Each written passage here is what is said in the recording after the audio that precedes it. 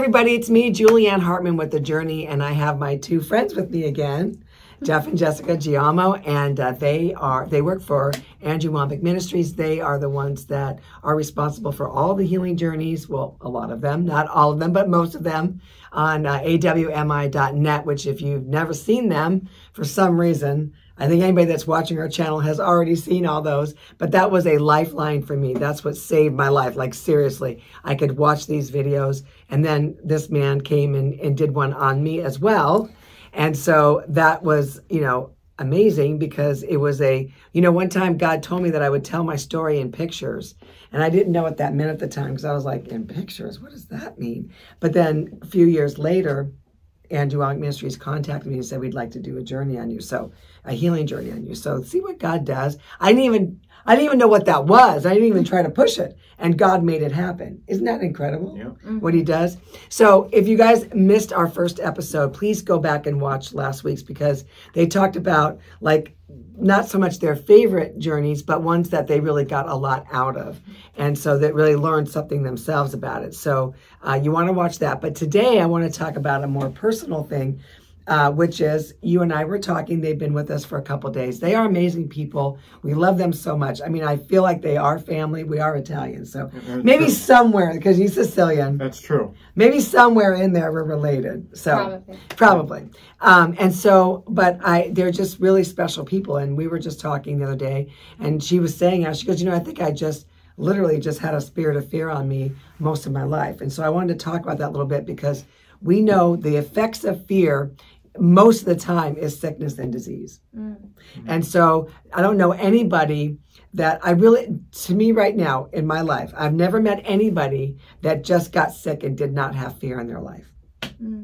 I haven't yet. Wow. Maybe they're out there. I'm not saying that fear and all that and anxiety and all that is the cause of everything, but I will tell you it's the cause of a lot of sickness and disease, and especially depression and mental illness too as well. So tell me what are your thoughts on that? Like, where do you think that happened, and how do you think it happened? If you even know. Yeah, right. But yeah, I just was always a very shy, introverted person, and people are always like, oh, you're just shy, you're shy. And yeah, that was true, but you kind of accept it as your identity. And so I just always assumed, well, this is who I am. But I think you can't just do that and stay the same. It just gets worse, right? Like, this world and life isn't going to let you stay the same. It's like you either grow in a good way or you kind of go this way. And so as I got older, it just kind of got worse and worse. And I even went to Charis Bible College at age 18. So I was pursuing the Lord and stuff and doing a lot. But I think when I got married, it got way worse. Like, I thought, well, yeah, I get fearful or I get insecure, but it's not that big of a deal. Then I got married, and I've heard it explained where it's like, when you put metals into a furnace to get pure gold or something, you have to put it in a furnace, and then the impurities rise to the surface, and then you scoop it out, and then you have pure gold or pure silver or whatever. And marriage is the furnace, and you think all this stuff is not in you, but then you get married, and then all of a sudden these things start rising to the surface, and you're like, what? I didn't know that was there. And God's like, I did. But just give it to me, I can take it from you. And so that was kind of what was happening to me. For the first year of our marriage, I had so much fear and insecurity. It was a stronghold of fear and insecurity. It wasn't, and I knew it. I wasn't unaware. I knew it was my problem, and I knew it was a problem. Now, did you talk to him about it? Well, we fought about it. Oh, we talked. We talked. Yeah. Oh my gosh. Well, yeah, we talked, because it was hard, because it's you just, and I'm sure anyone who's dealt with fear or insecurity like this, it's you're I am very aware that this is my fault, but I feel kind of like when we were working out, and I get to a certain point where I was trying so hard, but I could not lift the bar anymore. It was impossible. That's how it feels. It feels like, I know I'm not supposed to feel this, but it feels impossible not to. It feels impossible. And so, I mean, it was crazy, because Jeff was the last person I was worried about. I wasn't actually worried about him. It wasn't like that. because it doesn't, like, fear doesn't make logical sense. Right, that's true. You know, so if I could just logic my way out of it, I would have, but I couldn't because it didn't make sense. So how did that come out? I mean, I know that we're not going to get too personal because that's your private life, but like, how would that come out? Like, was it just a dumb fight or like? Well, Jeff had it. No, I'm just, well, I mean, it's just anytime we would hang out with people, if he ever talked to a girl, but again, I wasn't. You knew he would never cheat. I wasn't worried about him, right. But it was like seeing him laugh and have fun with a girl. It was like, felt like I was dying inside. Like, I don't know how it makes no sense. I think it's because I felt like I was not making him laugh like that. You know, I was not, because I was struggling so much. And then I felt even worse about myself. And I felt like I was failing as a wife. And she was acting weird at parties, you know, like well, I am introverted. That part has stayed the same. Oh my gosh. But yeah, you know, and it's hard when you first get married. I think sometimes it's really easy to see your spouse as a reflection of you. And so if they're acting weird, you feel like it's your responsibility to like fix it or change it because you're like, you're making us look weird. When it's like, no, you're two people, right? You're still two people. But that first year of marriage is just hard in general. And so you add in all these like fears and insecurities that don't make logical sense. Because what is he supposed to do? You know, like he can't do anything to make me feel better at this point. So how did you deal with that? Because I know that that's something a man wants to fix. He wants to fix things. And tell about when you said that thing to me in the hall. Thing in the hall. The I'm not gonna leave you. Oh, yeah. Okay. See, he already forgot. Guys just don't. Girls will linger on this stuff. I've got it all written out. No, I'm just kidding. Yeah. This was about a year, probably close to a year into our marriage. Okay, so I'm not saying any of the guys listening, I'm not saying you should say this to your wife, you know, and I probably didn't handle this as loving as I could have, but basically I told Jessica, like, hey, you're out of camera. You need to stay in this area. I'm scared I'm gonna get hit. Come close to me. So I said, thank you. I said, hey, I love you, and I'm like, but said, I'm not going to leave you. Okay, that's what it is. Okay, I'm not going to leave you. I'm like, but if I did leave you, how would you handle that? Would you be able to survive? And let me tell you right now, that did not help my insecurity. I was like, how dare you suggest that? And I got mad and I threw a fit. And I don't know if I threw a fit, but I got mad and I left and I slammed the bedroom door. Oh my gosh. And in that moment, I just cried because I was like, I'm so mad because he's right. Well, and I didn't say the whole part. Oh, I didn't. Okay. Sorry. He said, you know, I'm not going to leave you, but even if I did, would you survive? Would you be okay? You know? And so I was mad and I said, how dare you? I'm like, would you be okay? If I left you, you know, I'm not going to leave you, but it's like, if that happened to you, like, would you be okay? And he was like, I would be devastated. God would have to get me through it, but I would be okay. Yeah. And that did not help my insecurity. And I was like, well, how dare you? And I slammed the bedroom door. And that's when I was like, he's right. And I hate that he's right, because I never thought I would become that girl that could not be okay without a guy. And don't get me wrong, like, marriage is different than just having a guy. Like, you're in it for life, you know? But my internal well-being was so connected to him that I couldn't even, like, say I'd be okay without him. And that's not a healthy, I felt like, place to be. And that's kind of, I think, when I really started taking it more seriously of like, God, I can't, like, I think when I realized the kind of person I was becoming, I was like, I don't want to be that person. I refuse to be that person. And so that kind of started me on that path. So, but you knew how old were you then? Got married at 24. So I was around 25. Okay. So you kind of knew up until that point, like, I think I have an issue. I think I have a problem at that point, with this fear. Yeah. But did you really notice it, like, growing up, like 16, 17 years old? I don't think so, because I was just the shy girl. Okay. And I mean, I was also, like, involved in athletics. I did sports. I did cheerleading. So I wasn't like the person who had no friends, but I was the shy girl. I was quiet. I was introverted. So I just accepted it, you know. Now you have 2 brothers, right? Yeah. No other sisters? No. So it's funny because usually when you have 2 brothers, you have an older one and a younger one, you're usually the tough one.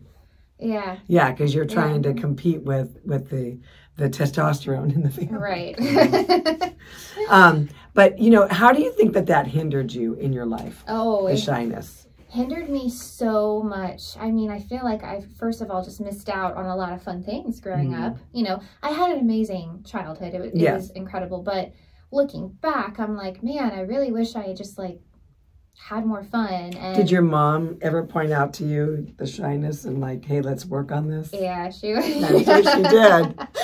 Yeah, she'd say some words. I won't repeat them, but like, yeah, she would basically tell me, like, Jessie, like, girls are gonna think you're a, you know, and she would like say it because she felt bad for me, because it's like, when you're a girl, especially if you're like a cheerleader and you have friends and you're active and stuff like that, and you're shy and quiet, girls don't assume you're shy and quiet, right? They assume you've got an attitude. You've got an attitude at the least. And so my mom was really like trying to help me with that, and I just didn't, you know, it was really hard for me to change that. But yeah, so it was. Well, it definitely, things would have been a little bit different. You would have had more confidence in the things. Yeah. But doesn't mean that God did not use every part of you to bring you to where you are today, which, you know, do you feel like you still struggle with insecurity? So what's funny is, like, well, no, I had like a really big moment a year into our marriage where I was driving alone and I was looking at the mountains in Colorado, because I just feel like God and the mountains are one. And I was just talking to him, and I was just so fed up, because I would try my hardest whenever we'd be around people or I'd feel insecure. I would do the whole fake it till you make it kind of thing and just pretend like I wasn't, and that did not work. And so I was just like telling God, like, I am so tired of this. Like, I'm exhausted. I feel like crap all the time. Like, I'm tired of feeling not good enough. I'm tired of feeling like I can't do anything. Like, I feel so pitiful. And I wasn't used to feeling that way. And I was like, what's going on? I'll do anything. What's going on? And I felt like God gave me this vision, and it was me standing on top of a mountain, and it was everything I wanted to be, right? She was strong, she was powerful, she was secure, she was kind, she was the person you wanted to be around. And so that's like this vision. And then I'm at the bottom of the mountain, and I'm trying to climb up to her. I'm like, okay, if I can just get to her, I'll be her. And so then I'm climbing and climbing, and then these like dogs or demons, or I don't know, like these creatures come and just would like grab me and pull me all the way down. And then like a mess up, right? Like I messed up, I got insecure, and I'd be at the bottom, and I would have to start all over again. And I was like, gosh, that's exactly what it feels like. Like every time I try and I get a little progress, something happens, and then we have a big fight, and then I'm at the bottom again. And I feel like I'm never gonna get this. Like, it doesn't feel any easier. And then I felt like God said to me, you know, you're looking at it the wrong way. And then he showed it to me again. And this time I was the woman at the top of the mountain. I was secure. I was already, you know, kind and the person everyone wanted to be around, and confident in a godly way. And this time when the creatures tried to come up, all I had to do was just kind of take my foot and kick it, and it would just tumble down the mountain, because it's so much easier to defend who you already are than to try to become something you think you're not. And that, I can tell you right now, changed everything. From that day on, I just kind of stopped trying, and I would just keep thinking about that. And but what's interesting is, another thing that I don't think a lot of people realize happens when you deal with strongholds like this is, I really felt like I broke free of that stronghold of fear and insecurity that day. Took a little bit maybe to walk out, but it was broken. But I had taught Jeff that I react this way.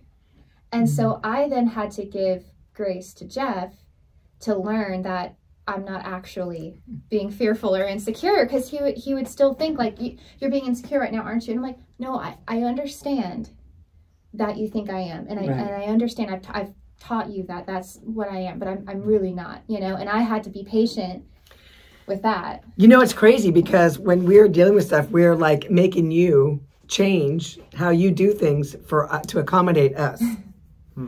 Like, you need to learn how to deal with me in my fear. You need to learn how to deal with me in my insecurities. We're like making you change everything about you to accommodate what the enemy is doing. Do you see what the enemy does? He literally tries to make the husband, because I did it to mine too. He makes the husband try to, and Butch was like walking on eggshells all the time. Like, does she not feel good? What's going on with her today? I can see her face. I can see she's not happy. What is it? And I hate the fact that happened. But when we get the revelation of what the enemy can do and will do if you allow it, then it's like, you know what? That's over. And you don't have to walk on eggshells. You don't have to try to see like, okay, what color is she wearing today? Because when she wears black, oh, it's bad. Or when she wears pink, oh, she's happy. It's like, who can live like that? Yeah. Nobody can. No. So Jeff, have you ever dealt with any kind of insecurity or anything? Or you're just perfect? I mean, grew up as a fat boy. And so for the longest time, I had self-image issues, I'm sure you did. Yeah. How much overweight were you? That's the thing. I wasn't that overweight. It's just the lower half of my body, my legs looked really good. It all went to my face and my stomach. Okay. And so my mom would have me wear really tight pants because she's like, oh, you've got nice legs. And so I looked like this weird top-heavy circle with sticks. Right. Like a bird or a frog. Yeah. So did you overeat, or you just loved sweets and stuff? I mean, what was the reason for that? I was docile, so I played a lot of video games. Okay. Ate a lot of food and sweets, and honestly, I mean, as a 7-year-old, I remember my mom having me stand on the scale and like weigh myself, and so it's kind of like a lifelong stronghold of seeing myself like fat. Oh. Yeah, and so. Yeah, that was a like big even indicator. at 7 you were overweight. Yeah, even at 7 I was overweight, but not too like bad. But some kid called me fat, and so then like I'm like, oh, I must be fat, Mom. How do I do this? She's like, well, you could step on the scale. We can weigh you, and you could lose weight. So I'd step on the scale at 7, and I'd be like learn about like what water weight is and all that. And so that only got worse as I got older, like 4th grade, 5th grade. It got to a point where she would just buy me extra large shirts because she was tired of buying me like some shirts, and then I'd gain weight, and then I'd have to like go up a size, and she's like, okay, I'm just gonna buy you 2 sizes extra because you're gonna get fat. You're gonna grow into it.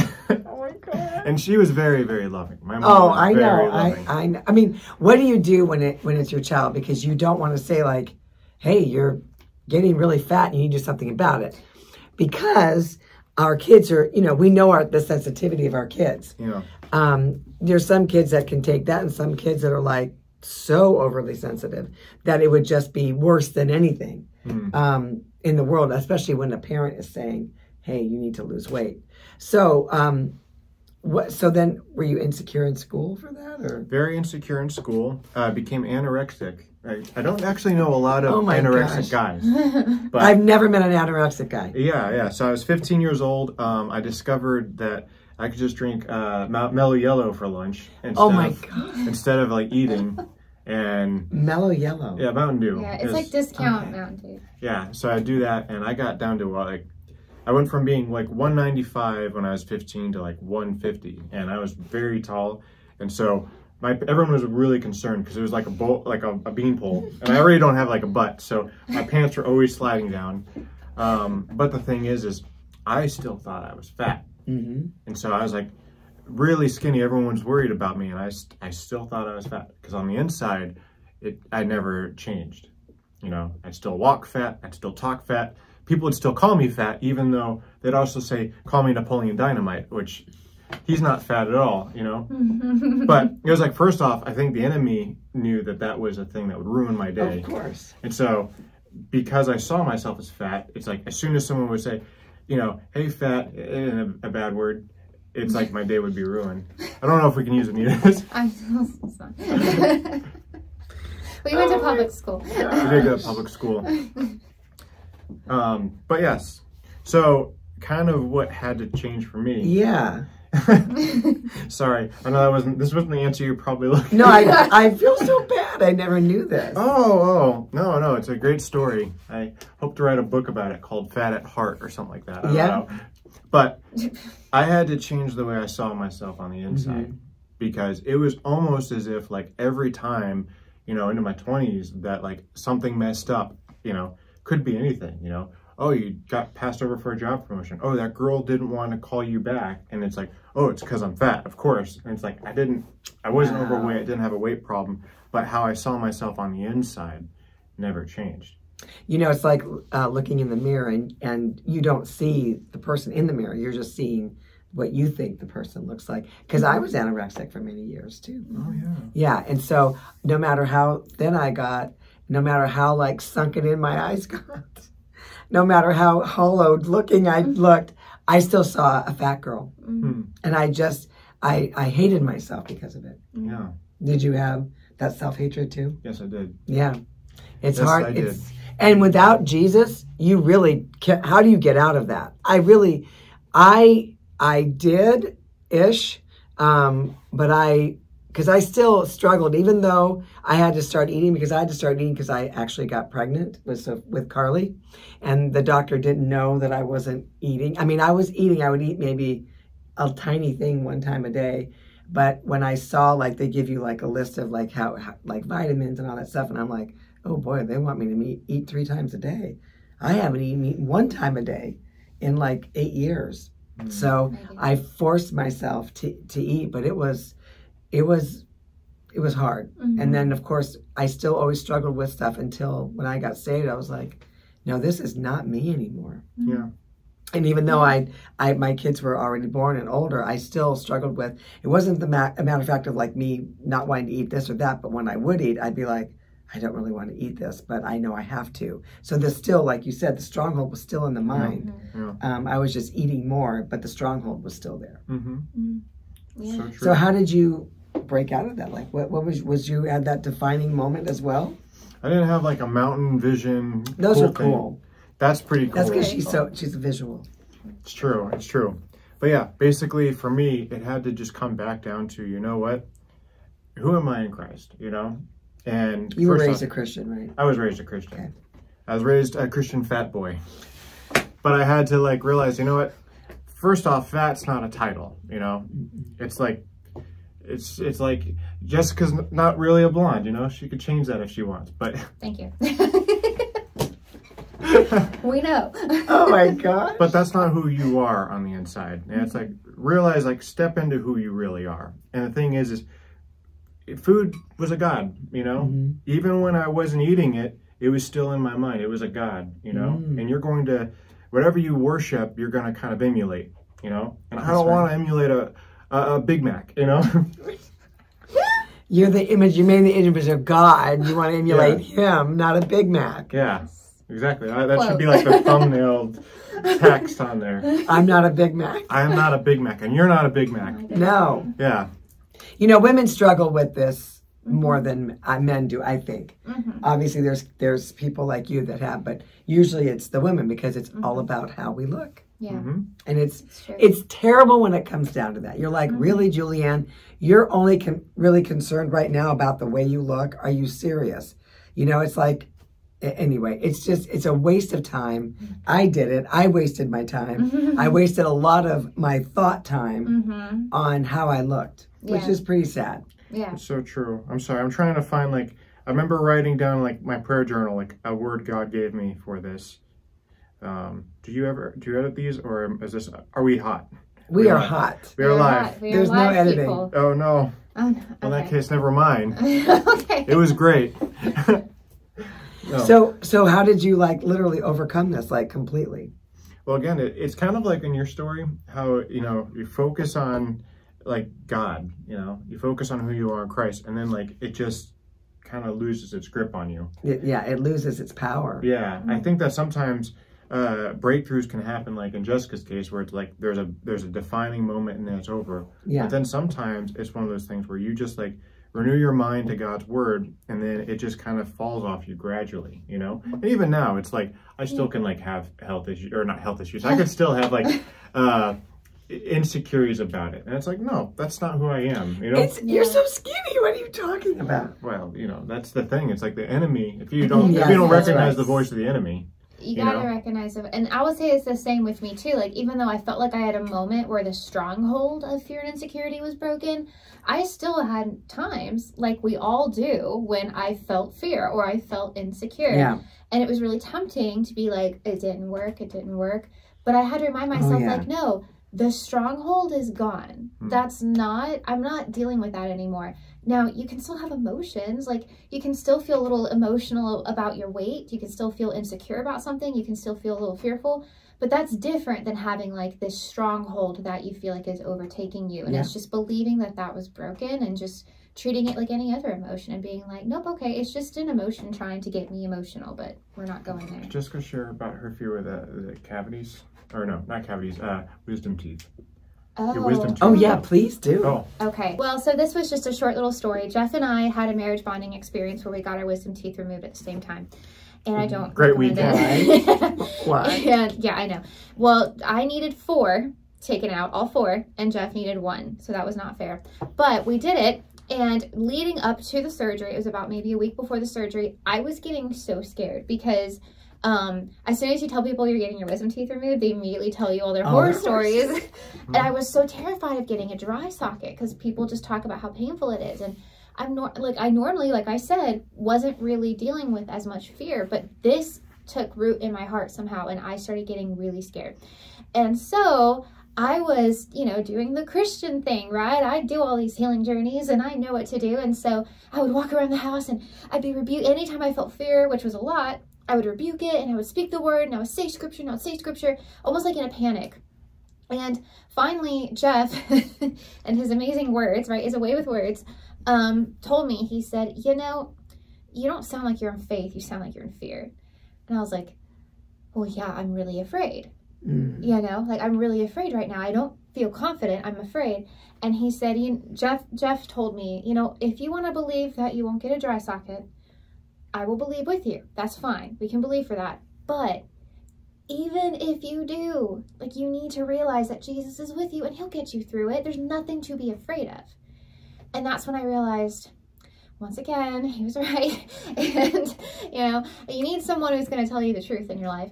And, so I stopped, and I'm not, again, I'm not recommending this as a formula, but for me, I realized I was not speaking the word in faith. I was speaking it in fear. So I stopped, and I just focused on Jesus, and I would just sit, and I would think about him. I would think about him in the chair with me. I would think about him holding me as I went under for the surgery, and then I would think about him with me in recovery, what movies on Disney Plus we would watch, and, I thought about him with me, and I thought, I do believe I'm not going to get a dry socket, but I just kind of had to realize, it's not like as Christians, you'll never be attacked, right? It's like we are overcomers, and we need to, I think, sometimes get a little grit and realize, okay, I'm not just going to quote scripture because I'm afraid of the devil touching me. It's like, no, we need to go out there and be willing to fight and take some hits and be like, it doesn't matter because I'm on the winning side and I got this. And that's the attitude I needed. And so, went in for the surgery and it was great. It was fine. And did you get a dry socket? No, I didn't get any dry sockets, but even if I had, Jesus would have been with me. But I think sometimes that's the stronghold of fear. It's like this overwhelming thing of well, what if something touches me? What if something touches me? You know what? We're not of this world, but we're in this world. And it's okay to be I got this, it's okay to fight and be not so fearful. I don't know. He's with us. Absolutely. I did get a dry socket, and it was, no one told me what that was. Next thing I know, I'm going back to the doctor because they're pulling broccoli out of the socket. And it got infected. And okay, that's not good. Everyone wants to tell their story. Yeah, and so it doesn't help when you're. It doesn't. No, I know. It's like, wait, what is that? All right. Well, then, I think that this is a conclusion of fear does no good for anybody, right? Yes. Fear and condemnation does nothing for no one here except make you more fearful and possibly turn into some kind of a sickness or disease. Yeah. And again, like I said, when you guys are doing your interviews from now on, ask the person, did you ever struggle with any kind of fear? And I will guarantee you, especially if it's autoimmune, they'll say yes. And they may not say it like yes right away, but as you're doing the interview, that's why I like to talk to people, because I get it out of them. Oh yeah, I used to take, they'd say like, oh, I used to take Xanax. Oh, well, if you're not fearful, why were you taking Xanax? Oh yeah, I dealt with anxiety when I was younger. See, the story will come out. And that's how you know that this is, it's like, oh, I was a believer. I was like this perfect life and I just had all this fear. And you're like, there's a reason that fear is there for some reason. I don't know what it is. And then it can lead to the sickness and disease. But thank God nothing happened like that for you guys, because you got a hold of the word and you said no in the name of Jesus. And so I think after this, we'll go have like a Big Mac and some French fries and yes. And we will go watch teeth extracting videos. Oh, great. I have the fun one. Let's face our fears. Yes. We're going to face it for sure. Well, thank you guys so much for joining us today. And again, share these videos, because I know there's people out there that are experiencing the same thing, but it's always but God. God always is the hero in all these stories. And if we press into him in our everyday life, and I mean not just, oh, I prayed this morning. No, I mean like all day long. Like pray without ceasing. Not that you're on your knees all day long, but you're acknowledging him. That's why I love Proverbs 3:5 that says that in all our ways we acknowledge him in everything that we do, and just saying thank you. Thank you for what you already did. It changes your whole mood, number one, of just thanking him that I actually don't have to deal with this anymore, because you already took care of it. I am dealing with it because I'm doing it on my own, and I don't need to do that anymore. I don't need to do that because you've already taken care of it. So I am going to align myself with your truth and stop doing whatever it is that I'm doing that's causing all the fear. So we have a part to play in this for sure. And we can't think that we don't. And the part that we play in this is, I trust you, Lord. I just trust you. I don't know if I can trust myself at times when I am tempted to fear and all that, but I know I can trust you, Lord. And that's the most important thing. So we love you guys so much. Please always send out these journeys, because these are people's testimonies, their life stories that I know can help other people, because it helped me. So go to the website and check out everything. We have all the teachings on there. And we just want to say thank you so much for partnering with us as you do. You know that we can't run this platform without your partnership. And so we're grateful and we're thankful for you. So we love you so much, and we'll see you next time on the journey. Bye-bye. Bye-bye.